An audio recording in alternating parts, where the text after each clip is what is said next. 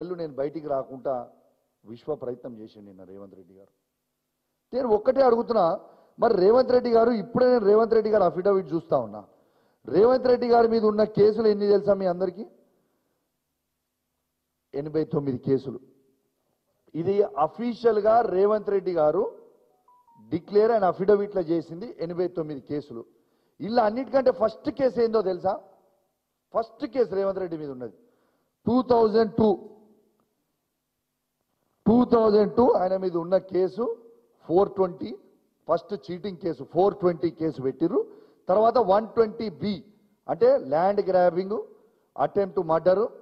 మళ్ళీ తర్వాత 120B మీద ఏంటంటే మీకు చదువుతా ఆ సెక్షన్ కూడా. 120B criminal conspiracy, punishment for conspiracy to commit and offence which can be related to land grabbing or murder. ఇది ఈయన చేసేది. ఈయన ఫస్ట్ కేసే చీటింగ్ కేసు. మరి నా మీద లేవే. మరి చీటింగ్ కేసు అనేది పెట్టాల్సింది ఎవరి మీద పెట్టాలి బాస్?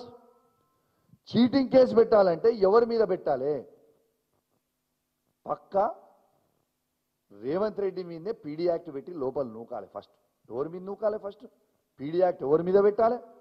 చీటర్ అయినా రేవంత్ రెడ్డి మీద, ల్యాండ్ గ్రాబర్ అయినా రేవంత్ రెడ్డి మీద, బ్లాక్ మెయిలర్ అయినా రేవంత్ రెడ్డి మీద, మోసగాడైనా రేవంత్ రెడ్డి మీద కేసులు పెట్టాలి. పీడీ యాక్ట్ నా మీద కాదు కదా. ఒక్కసారి ఇంకోటి మాట్లాడతాడు, ప్రోటోకాల్స్ నేరస్తులకు ఉండవట. మరి నేరస్తులు నేనా రేవంత్ రెడ్డా? 50 లక్షల రూపాయలతోని ఓటు నోటు దొంగ ఎవరు? రేవంత్ రెడ్డి కాదా?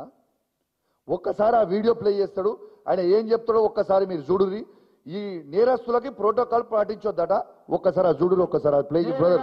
ఎంత వారైనా సరే వాళ్ళ రాజకీయ నాయకుల, అధికారుల, లేకపోతే ఇంకెవరా, ఎవరిని చూడాల్సిన అవసరం లేదు. వాళ్ళ హోదా నేరగాడికి అప్లై అవ్వదు. నేరగాడికి అప్లై అవ్వదు. నేరగాడికి అప్లై అవ్వదు. నేరస్తుడు ఎవ్వడు? కౌశిక్ రెడ్డియా రేవంత్ రెడ్డియా నేరస్తుడు? 100% నేరస్తుడు అనేటోడు రేవంత్ రెడ్డి గారు కదా. ఇలా నా మీద నువ్వు పెట్టిన 28 కేసులు అన్ని లంగా కేసులు, లుచ్చా కేసులు, లొట్టపీస్ కేసులు. మా కేటీఆర్ గారు అన్నట్టు లొట్టపీస్ కేసులు పెట్టి అరెస్ట్ చేసినావు. ఓకే,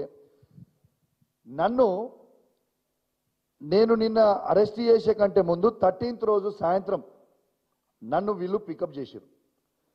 పోలీసు వాళ్ళు వచ్చిరని నాకు అనుమానం వచ్చింది.